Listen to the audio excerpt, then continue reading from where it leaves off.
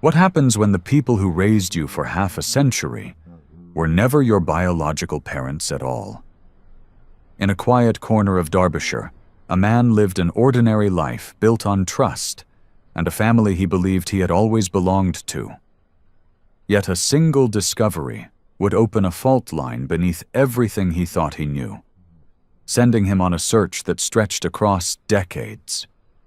Before suspicion ever entered his mind, John's life looked exactly like the sort of quiet, steady upbringing people in Derbyshire considered a blessing. He had grown up in a modest terraced house, on a gentle hill overlooking fields that changed color with the seasons, soft green in spring, muted gold in summer, and a dull brown in winter when the earth seemed to rest. The house itself had no remarkable features: a narrow entryway, a living room with worn carpet, 2 bedrooms upstairs, and a back garden his father tended each Sunday. It was the kind of place where neighbors recognized one another by the sound of footsteps, and where a child could grow into adulthood without ever questioning the ground beneath his feet. His father worked in quarrying and carried home the kind of tiredness that spoke more of endurance than frustration. He was a man who kept his words measured, his tools clean, and his commitments steady. His mother balanced the household with quiet determination, preparing meals that filled the home with comforting smells and making sure John never felt overlooked. Although the family lived with modest means, the home operated with a sense of order and reliability that made it feel complete. Nothing about their routine hinted at an absence, a hidden truth, or a story unspoken. John, as a boy, had never doubted his place in the family. He resembled neither parent closely, but that was easily explained by comparisons to distant relatives whom he had never met. His friends often joked that he had his own look, and he accepted it without a second thought. The comfort of familiar routines, breakfast at the same table, school bags hung on the same hooks, quiet evenings spent listening to his father's radio, gave him no reason to search for answers beyond the life he had been given. In a household where nothing seemed out of place, children rarely question where they come from. As he grew older, he never felt the kind of restlessness that pushes some people to dig into their origins. His parents maintained a stable presence, and even though they were not overly sentimental, their actions spoke of commitment. They attended his school events, nursed him through childhood illnesses, and reminded him gently about the values they felt mattered: respect, responsibility, and honesty. For decades, these simple truths formed the foundation of his identity. But even the most careful stories contained small inconsistencies, and the first crack in John's certainty appeared when he was preparing documents for a school application in his mid-teens. His mother handed him a folder of papers wrapped neatly in a rubber band, and inside was his birth certificate. At first glance, nothing seemed unusual, yet the document felt newer than expected, lacking the kind of yellowing edges seen on older records. The handwriting of the registrar appeared strangely simple, as if added hastily rather than with the careful penmanship found on other certificates he had seen. The place of birth listed was a town his parents never mentioned in family stories, a detail he noticed immediately because his mother was usually proud of local ties and familiar origins. When he asked about the town, her answer came too quickly. "We moved around a bit back then, not worth remembering." She gave the explanation with a soft smile, but her eyes shifted briefly, as though searching for a safer subject to redirect the conversation. His father, hearing the exchange from the hallway, spoke just long enough to close the matter. Records were different in those days. Leave it be. The tone was not harsh, only firm enough that John set the document aside and carried on with his day. He was young, distracted, and accustomed to taking his parents' words as truth. But the memory of that exchange remained in a quiet corner of his mind. The second moment came several years later during a visit to the doctor for routine health screenings required at the quarry where he had started working. The form asked for details of hereditary conditions.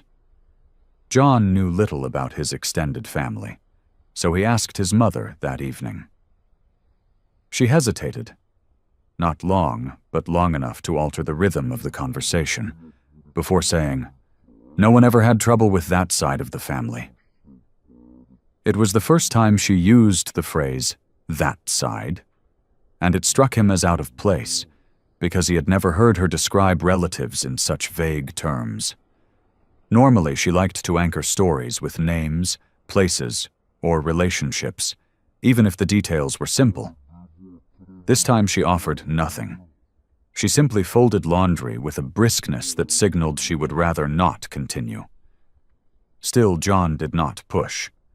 Doubt, at this stage, was only a faint shadow, noticeable but not threatening. Life continued as it always had.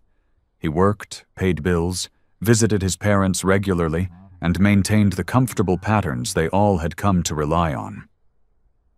The third and most unsettling moment arrived unexpectedly on a quiet weekend afternoon when he volunteered to help his father repair a slow leak beneath the kitchen sink.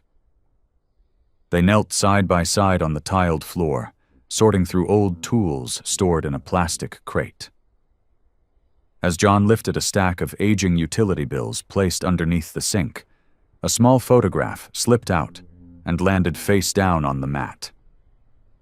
When he picked it up, he found an image of a baby wrapped in a knitted blanket, placed carefully in a pram outside what looked like stone-built housing typical of older towns. The picture was old, older than any photograph of his early childhood he had ever seen, and the baby in it bore no markings or notes to identify who it was.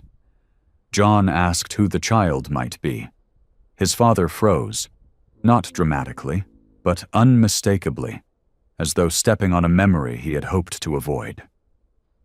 Then, recovering, he said, "Just an old family picture. Doesn't matter."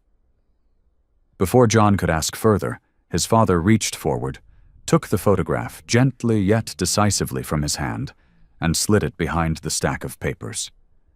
The movement was careful, deliberate, and final. For the first time, John felt something shift inside him, a realization that his parents' reactions were not random or trivial, but patterned. A hesitation here, a vague answer there, a photograph hidden among unrelated items. These were not the signs of a family hiding something malicious, but of a story left untold. He didn't confront them. He didn't accuse them. But as he stood in the small kitchen of the house where he had grown from child to adult, he recognized that the certainty he once carried about his beginnings was no longer as solid as he believed. The life he had known still felt familiar, still felt loving, but suddenly, it no longer felt complete. Long before he would learn the truth about that baby in the photograph, or the woman who had once placed him in a pram and walked away, this was the first moment John understood something essential. The story of his birth was not the story he had been told. The question of where a person comes from can sleep inside the mind for decades, quiet as dust on a shelf, until one small detail wakes it. For John, that moment arrived not through dramatic discovery, but through something far more ordinary: paperwork. It was the sort of bureaucratic formality most people treat as a nuisance, the kind of task that usually fills an evening with mild irritation rather than life-changing answers. Yet sometimes the truth hides inside the mundane, waiting for the right combination of timing and attention to reveal itself. Years had passed since the photograph under the sink, and though the memory remained lodged in the back of John's mind, he had allowed life to move forward. He worked steadily at the quarry, maintained a quiet routine, visited his parents on Sundays, and built a modest but stable adulthood that resembled the calm environment he grew up in. Doubt was there, certainly, but it rested beneath practical concerns, bills, shifts, errands, and the slow passing of seasons. That is, until the day he applied for a renewed identification card required for his workplace. The updated form required precise confirmation of birth details, including the name of the hospital, the registration district, and the signatures attached to the original certificate. When John retrieved the certificate from the drawer where he kept important documents, he expected to glance through it and move on.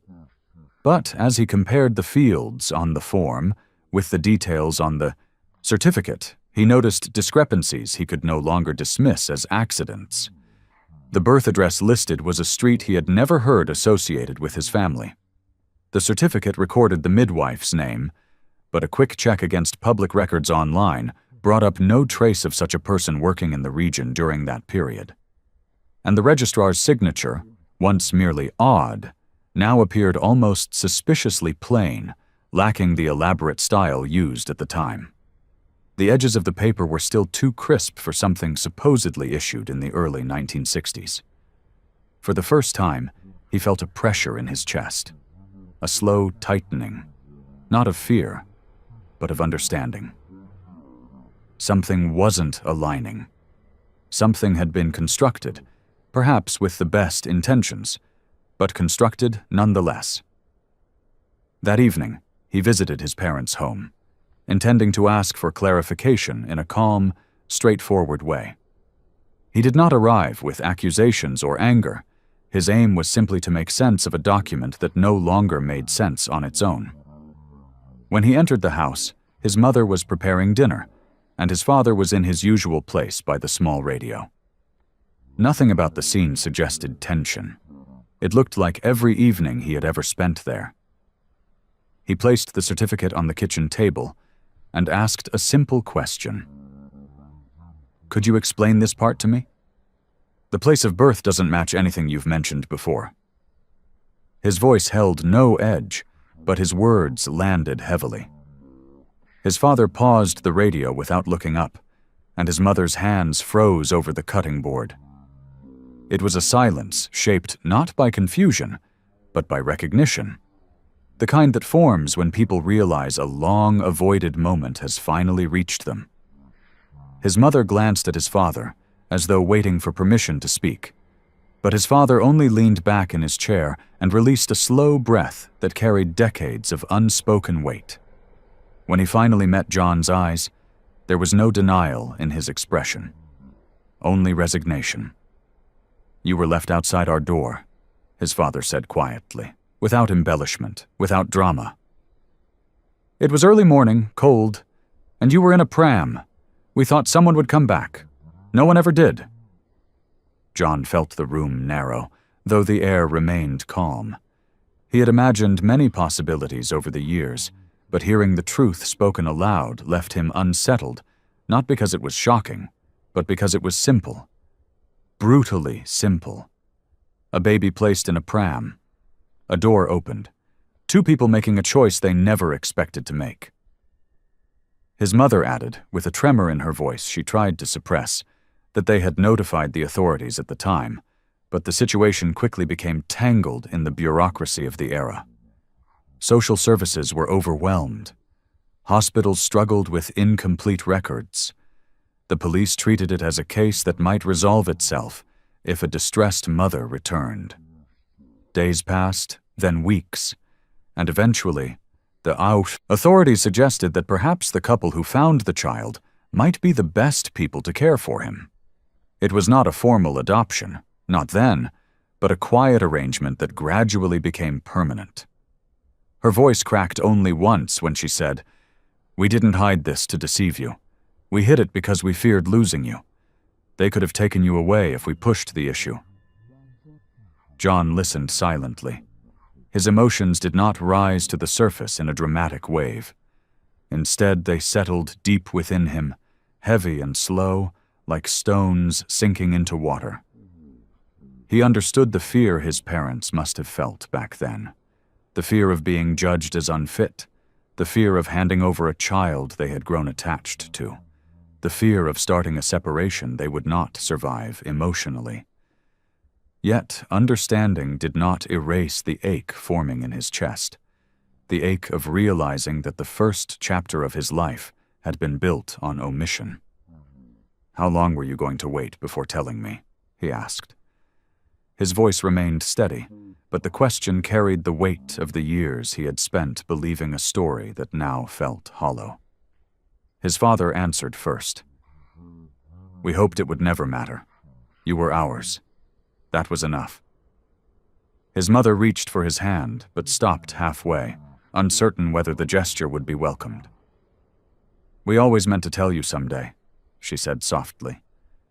"But as you grew older, it became harder. We convinced ourselves that silence was kinder." It was a strange truth to absorb, because nothing about their love seemed false. They had raised him with care and patience.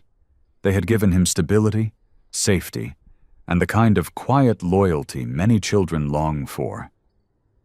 And yet, a part of John now felt like a room he had lived in his entire life had revealed a door he never noticed, one that led to an entirely different space he wasn't sure how to enter.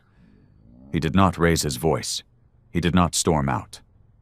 Instead, he sat for a long moment in the familiar kitchen, listening to the hum of the refrigerator and the soft ticking of the clock, sounds that had accompanied him from childhood. His world had not collapsed. It had simply expanded beyond the borders he once believed contained everything. As he left that evening, his mother handed him the photograph from beneath the sink. The baby in the pram. She did not explain why she had saved it or why it had been hidden. She simply said, "That was the morning we found you."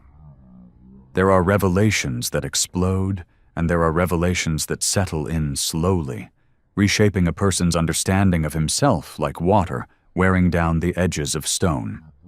For John, learning that he had been left in a pram outside a stranger's door did not provoke anger or dramatic shock. Instead, it left him with a persistent, quiet ache, the kind that sits behind the ribs and grows heavier the longer it is carried. He returned home the night his parents told him the truth, placed the photograph on the kitchen table, and sat for a long time studying the image of the bundled infant.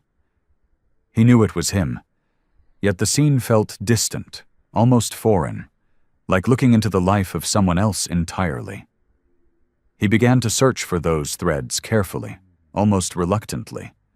His first instinct was to revisit whatever records might exist from the time he was left outside the house.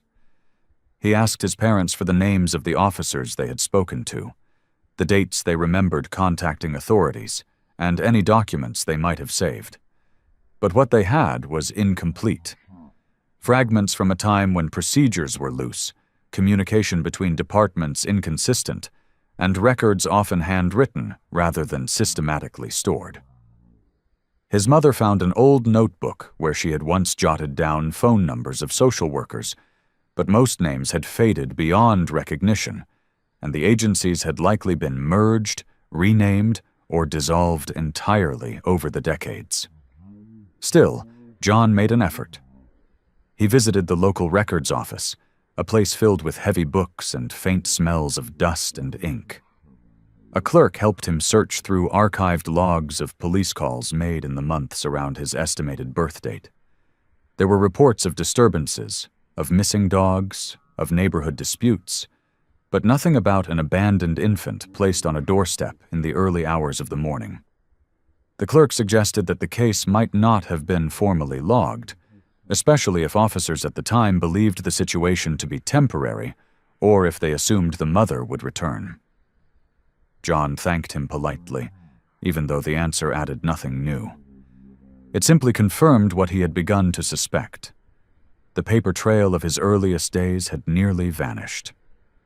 His next step was to speak to older neighbors who had lived on the street at the time. Many were gone, moved away or passed on, but a few remained. He approached them carefully, with respect for their age and memory, and described the photograph as gently as he knew how. One recalled hearing a baby cry early one morning many years ago, though she could not place the exact year.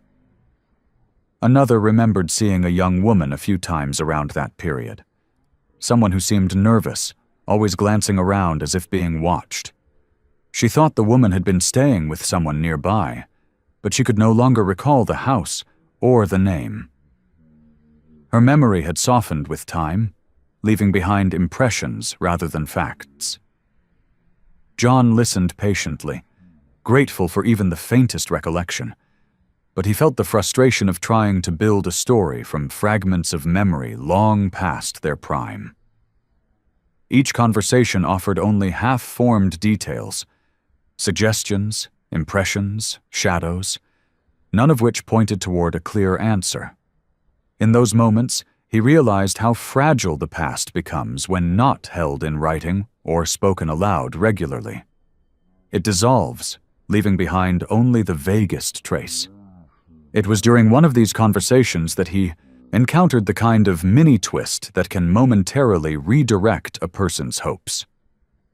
A neighbor mentioned a name, a relative of someone who lived on the street in the early 1960s, who supposedly had a bit of trouble around the same time a baby appeared on a doorstep. The story was vague, but it suggested a possible connection. John searched for the name in local records, found an old address, and even drove past the house where the woman had once lived. For a brief moment, he felt the threads of his identity tightening into something coherent, as if answers might finally be within reach. But when he contacted the woman's surviving family members, they clarified that she had moved away long before he was born. The timeline did not match, and whatever trouble she had experienced had nothing to do with a child. The lead dissolved into nothing. John thanked them politely, closed his notebook, and realized he had chased a shadow. He felt no embarrassment, only the quiet resignation of someone learning how easily the mind clings to any hint of certainty when navigating uncertainty. As days turned into months, John realized that his questions were becoming less about the facts of his birth and more about the presence or absence of the woman who had held him for the first 3 months of his life.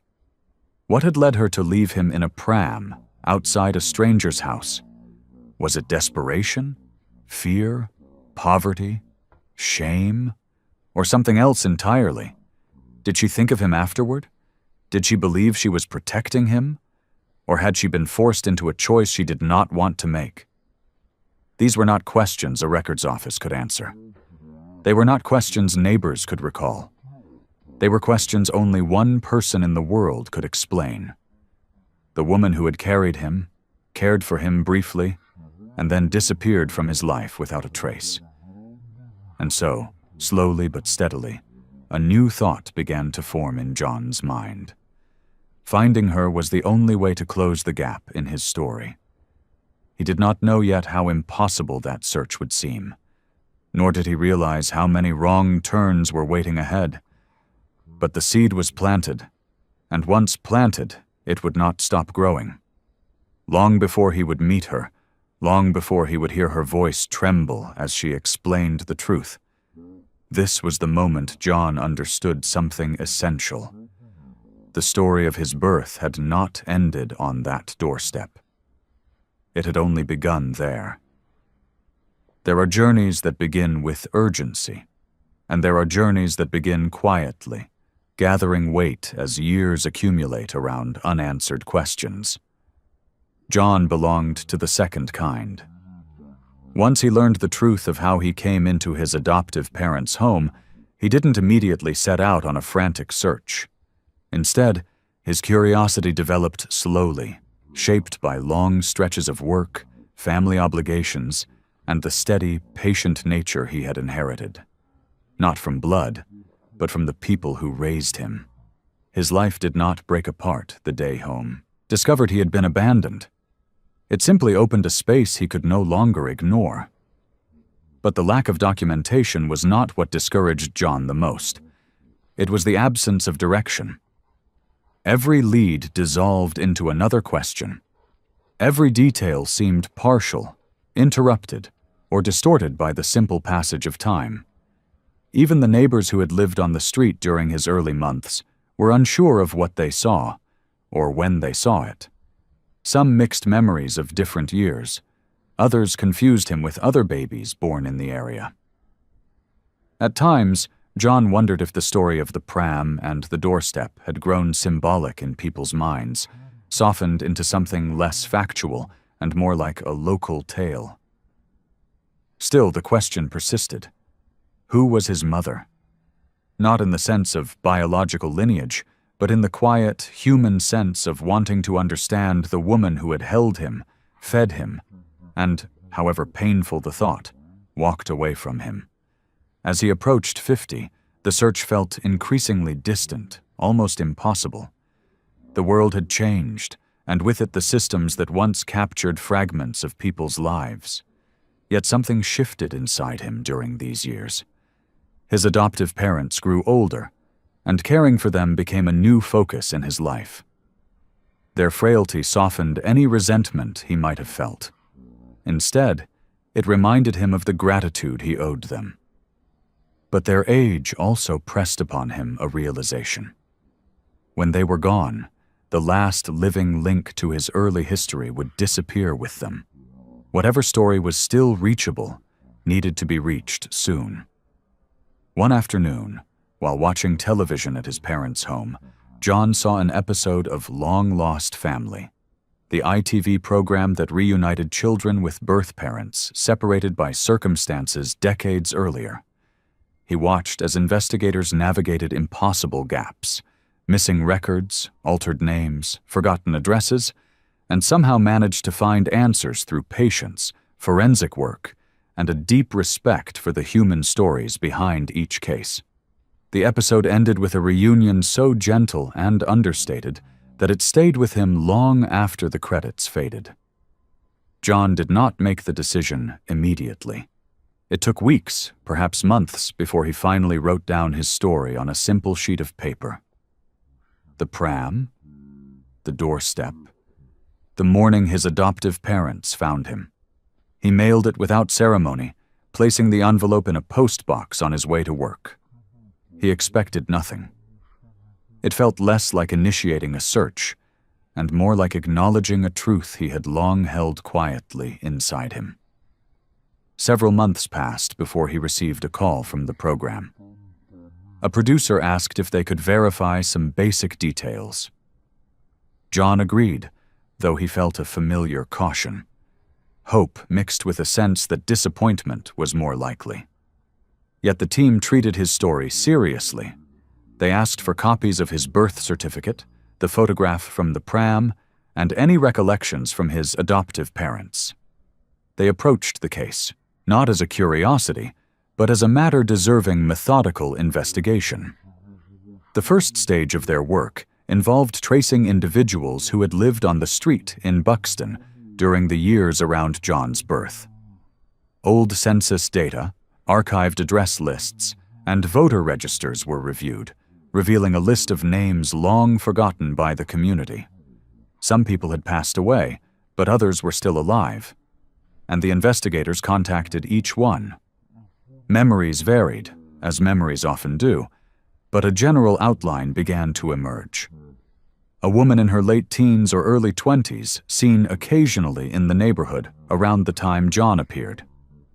No one remembered her name, but several recalled that she lived in a rented room close to the home where baby John had been found. This was the first real lead in decades, and the team pursued it with professional persistence. They traced the ownership of the house, then the tenants, then the possible lodgers who might have lived there. Old tenancy records and utility accounts left faint trails. At one point, investigators believed they had found the woman. Her name matched the era, her age aligned. She had lived within 2 streets of the location. John spent several days preparing himself emotionally. He imagined, cautiously, what it might be like to hear her voice, to see her face, to understand the circumstances that had shaped his earliest days. But the investigation took an abrupt turn. When the team reached out to her surviving family, they learned she had moved away years before he was born. Her life story did not intersect with his. The two paths had simply crossed in the fog of memory. This false lead was a painful reminder of how fragile recollections can be. But for the program's investigators, it was not unusual. They explained to John that most searches went through dead ends before clarity emerged. What mattered was persistence, and the fact that his case still held enough potential markers to keep going. Weeks passed, then months. John went about his daily life while the team continued investigating behind the scenes. He rarely asked for updates. When they came, he listened calmly, without allowing hope to swell too quickly. He had learned through experience that the search for a past can move slowly, like a tide retreating and advancing without warning. Then, one afternoon, everything shifted. A researcher phoned John to confirm a detail he had never known before. The street where he was found had been registered under a different administrative district in the early 1960s. That small bureaucratic shift unlocked access to a set of records previously overlooked, documents that listed temporary residents, including single women who had lived in the region during short stays. Among those names was one that immediately caught the researcher's attention. Maureen Jobson, aged 19 at the time, recorded as living in a rented room less than 100 yards from where John had been found. It was a quiet revelation, spoken over the phone in a measured tone. But for John, it altered everything. For the first time, the search had produced a name. Not a rumor, not a fading memory, not a half-accurate recollection, but a real person, connected by time, location, and circumstance to the moment his life had begun. He did not know yet that this name would lead to the woman he had been searching for across nearly 6 decades. But he recognized something in the investigator's voice, a calm certainty that told him this was no longer guesswork. The search for truth often turns, not on dramatic moments, but on quiet shifts. An overlooked detail, a forgotten document, a name preserved in the corner of an old record. For nearly 6 decades, John had lived with an absence that felt too vague to chase and too important to ignore. But the day the investigators from long-lost family called him with a name, something in the air around him seemed to change. It was not excitement or fear, but a subtle tightening, a sense that the threads of his life, which had felt frayed for so long, were beginning to gather into a clearer shape. The name was Maureen Jobson. It appeared in an old administrative register of temporary lodgers, a type of record that would not ordinarily be considered important. In the early 1960s, young women living alone, renting small rooms, often left little trace behind. But in this case, the record noted something unusual. She had stayed in a rented room in Buxton for a short period around the exact time baby John had been found. The address was astonishingly close, less than 100 yards from the doorstep where a pram had been discovered one cold morning. To the investigators, this was more than coincidence. It was proximity, timing, age, and circumstance aligning in a way that could not be ignored. They immediately began to trace what had become of Maureen after she left her lodging. Public records revealed she had later moved to Kent, specifically the Isle of Sheppey. She married briefly in her 20s, divorced, worked a series of modest jobs, and lived a quiet life that left only thin marks in official documents. For the team, this was promising. For John, it was unsettling in a way he could not fully describe. A name had weight. A name implied intention, connection, and possibility. Yet he knew that not every promising lead held the truth. False hope had once led him down a path that ended in confusion. He braced himself for the possibility that this, too, might be a coincidence. The investigators, however, showed none of that hesitation. They contacted electoral rolls, checked old employment records, and eventually found a current address associated with a woman in her late 70s. The age matched perfectly. The geography matched. The history matched. It was enough to justify a visit. When the long-lost family team arrived at the modest home on the Isle of Sheppey, they found a small, weathered house with a porch overlooking the street. The garden was unkempt, but not neglected. An older woman's garden, the type that holds more memories than flowers. They knocked gently, unsure how she would receive strangers at her door. A woman in her 70s opened it, her expression initially curious, then cautious. She wore a cardigan that looked hand-knit and clutched the edge of the door slightly closer to herself as she assessed the visitors. One of the researchers introduced herself and explained, in a calm, respectful tone, that they were investigating an old case involving a baby found in Buxton in the early 1960s. The moment the words "baby in Buxton" were spoken, Maureen's face changed. Not dramatically, but unmistakably. Her eyes widened by a fraction, her breath caught, and her grip on the door loosened, as though something long buried had risen unexpectedly to the surface. The team noticed the shift immediately. It was the kind of raw, unguarded reaction investigators know cannot be rehearsed. They asked gently if she had ever lived in Buxton. Maureen nodded. She did not hesitate. They asked whether she remembered anything unusual from that time involving a child. Her voice trembled before she even spoke, and she asked the question in return. Softly, almost afraid of the answer. Is he alive? Maureen's shoulders slumped, not in despair, but in overwhelming relief. It was as if she had carried a weight so long it had become part of her posture, and now someone had gently removed it.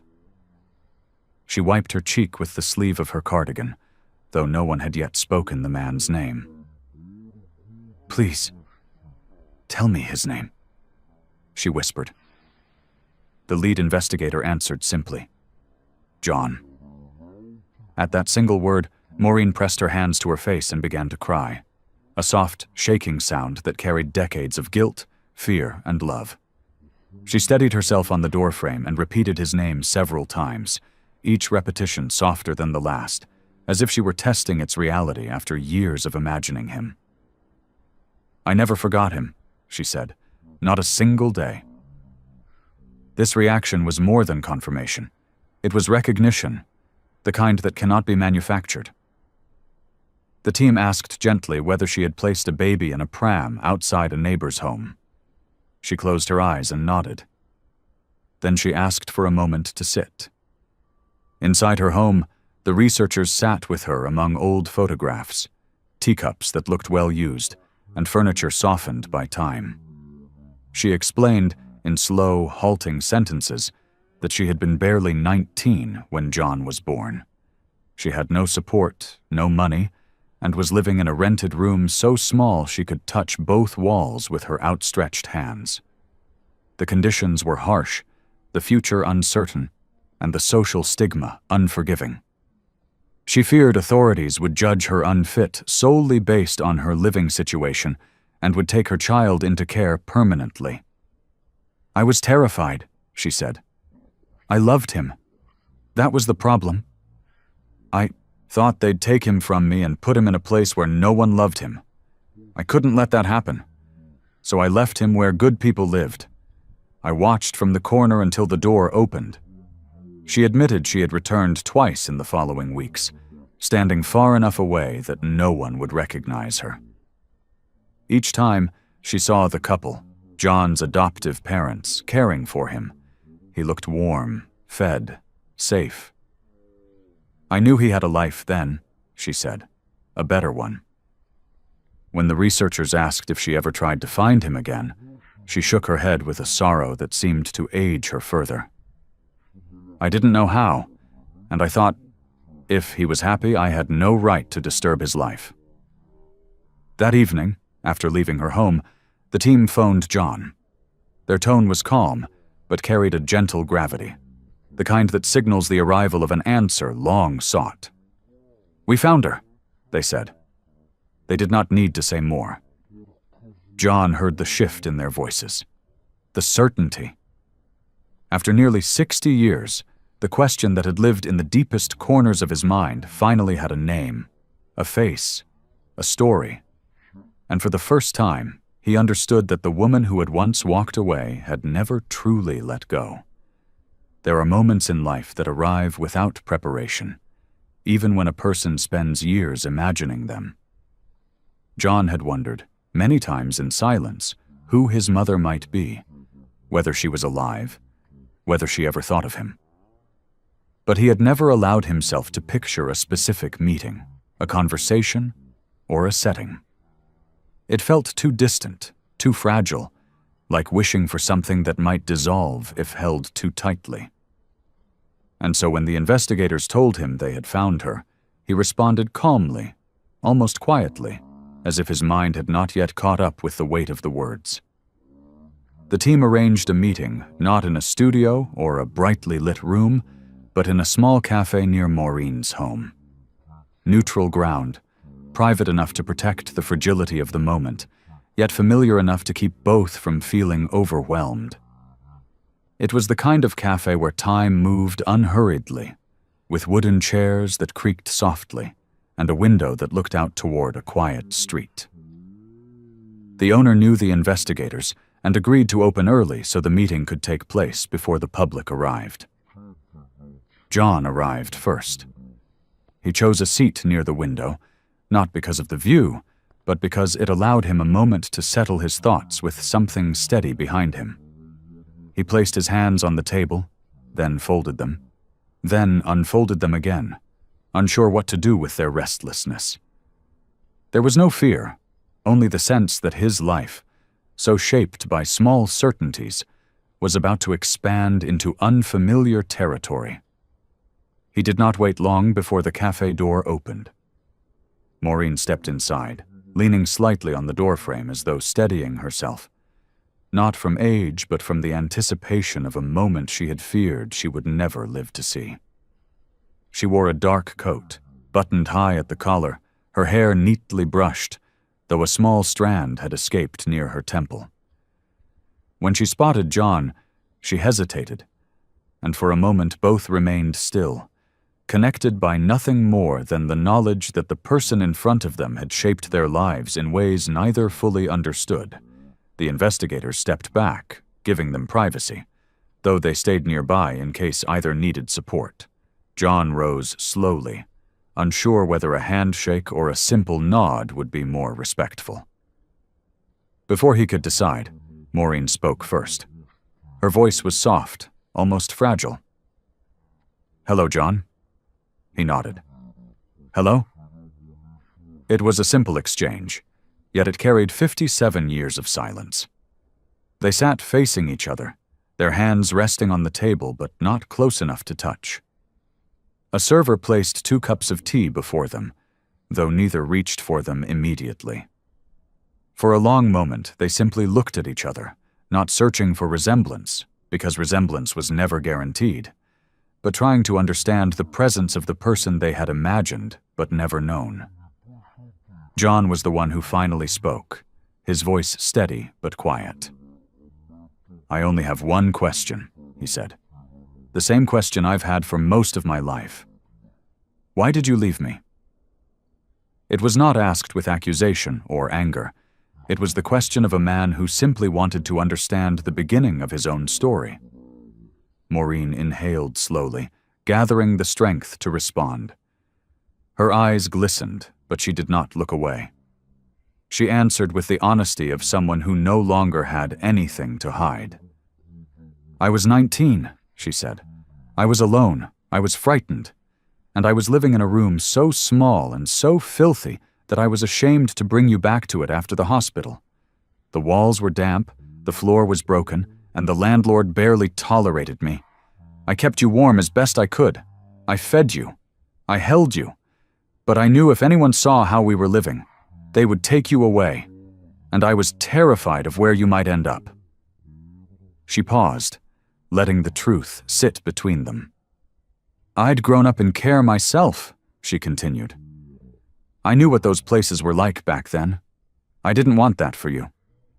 When I saw the couple living on that street, the way they tended their home, the way they spoke kindly to each other, I convinced myself that leaving you there was the only chance you had."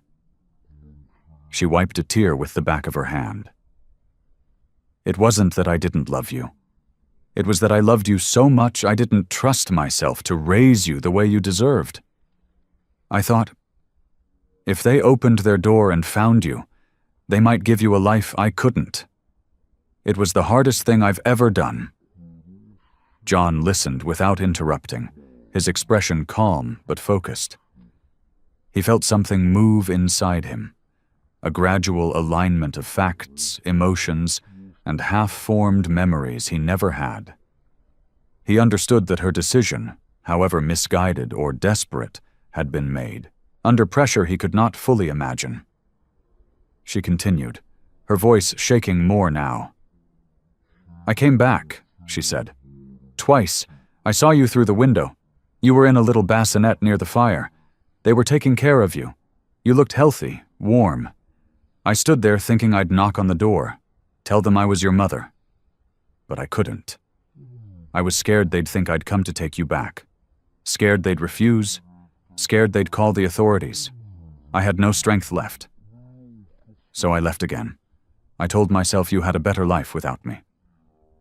The truth settled gently around them. It was neither heroic nor cruel. It was human, flawed, painful, shaped by youth and fear and the impossible decisions that desperation forces upon people. John finally spoke. "I used to think about what kind of person would leave a baby," he said. "But you're not the person I imagined. You didn't walk away because you didn't care. You walked away because you didn't see another way." Maureen nodded, relieved but still carrying decades of guilt. "I've thought of you every birthday," she said. "Every time I passed a pram on the street, every Christmas. I always hoped you were somewhere safe, somewhere loved. That's all I ever wanted." John wasn't a man who cried easily, but something in him softened. The years of wondering, the fragments of fear that he might never know the truth, all of it began to ease. "There were times," he said, "when I felt something was missing. But I wasn't unloved. They took care of me. They gave me a good life." Maureen closed her eyes for a moment, as if absorbing a weight she had carried for decades and finding it suddenly lighter. "I hoped they would," she whispered. "That's why I chose that street." They sat together for more than an hour. The conversation wandered through simple questions: his childhood, her life after leaving Buxton, the years they spent apart. She spoke carefully, not wanting to intrude on the family that had raised him. He responded gently, wanting her to know that her presence now did not undo the life he already had. When the meeting drew to a close, they did not hug. It was not avoidance. It was respect. They were two people who had just opened a door that had been shut for nearly 60 years, and they understood instinctively that some steps need time. Before they parted, Maureen reached across the table, placing her hand lightly near his. Not touching, just close enough to offer something without taking anything away. "Thank you for finding me," she said. John nodded. "Thank you for telling me the truth." As he walked out of the cafe, the air felt strangely familiar, as though the world around him had shifted just slightly into alignment. He did not feel lost. He did not feel broken. He felt complete. For the first time in his life, the beginning of his story finally belonged to him. For most of his life, John believed that the beginning of his story would remain permanently out of reach, a blank page no amount of patience or searching could fill. But after meeting Maureen, the woman who had once placed him in a pram and walked away in fear rather than indifference, something inside him shifted. It was not a moment of triumph or emotional collapse. Instead, it felt like the slow settling of foundations after a long tremor. a quiet realignment of pieces that had been out of place for decades. In the days following their meeting, John found himself replaying Maureen's words in his mind, not with obsession, but with clarity. Her explanation was not complex, nor did it contain hidden motives. It was the story of a frightened 19-year-old who had grown up without stability and who believed that placing her child in front of a good home was the only way to protect him from the life she feared he would inherit. It was an imperfect decision made under impossible conditions, one rooted in desperation, not disregard. And as unfamiliar as her face had been during their first meeting, the honesty in her voice felt strangely familiar, as though some quiet instinct in him had been waiting to hear it. John did not rush into more meetings. He was not a man driven by extremes. Instead, he allowed himself time to think, to let the new information settle into the space where questions had once lived. He returned to his work, spoke to his adoptive parents with the same steadiness as always, and carried on with his routines. Yet, underneath the ordinary flow of his days was a new sense of grounding. The blank page at the beginning of his life was no longer blank. It had a name, a story, and a reason, details he had once feared he might never learn. His adoptive parents, now elderly and moving more slowly than before, received the news with a mixture of relief and quiet sadness. They had always known that one day he might seek the truth, and now that it had arrived, they felt grateful that the story did not undo the bond they had formed. When John visited them the Sunday after the cafe meeting, his mother asked only one question. Was she kind? John answered honestly. Yes, she was afraid, but she was kind. His mother nodded, and though she said nothing more, he saw the tension lift from her shoulders. She had feared, perhaps, that he might discover bitterness or cruelty in the woman who had brought him into the world. Instead, he had found a very different truth. John also understood something else during those days of reflection. Meeting Maureen did not replace the life he had with his adoptive parents. It expanded it. The people who raised him had shaped his character, his values, his understanding of the world. They had given him a home long before he knew what the word meant. Maureen, on the other hand, had given him the beginning, one filled with difficulty but not void of love. Both parts mattered. Both belonged to him. A few weeks later, he agreed to meet Maureen again, this time not with cameras nearby but quietly, at a small park not far from her home. The conversation was gentle. They spoke about small things, weather, health, memories of towns they had both lived in without ever knowing the other was there. Maureen seemed lighter, as though the weight she had carried for 57 years had finally loosened. She spoke carefully, never assuming, never asking for a role she did not feel entitled to. She simply wished to know that he was well, and that her decision, however painful, had not ruined his life. John reassured her, not out of obligation, but out of truth. "You didn't leave me to abandon me," he said. "You left me because you believed someone else could take care of me better. And in many ways, that's what happened." Maureen exhaled with a trembling relief, grateful for forgiveness she had never expected to receive. They did not try to become what time had not allowed them to be. There was no attempt to rewrite the past or force a bond that needed more time to grow. Instead, they agreed to stay in touch gently, without pressure. Occasional visits, a phone call when she felt strong enough, a holiday card at the end of the year. It was not a complete reunion, but it was a beginning. And for people who had been separated for a lifetime, beginnings mattered. As John walked home from that second meeting, he thought about the question that had guided so much of his search. Why was I left behind? Now he had the answer, a real human answer, shaped by fear, poverty, youth, and the limitations of a life that offered a 19-year-old few choices. That answer did not erase the pain of being abandoned, but it did remove the uncertainty.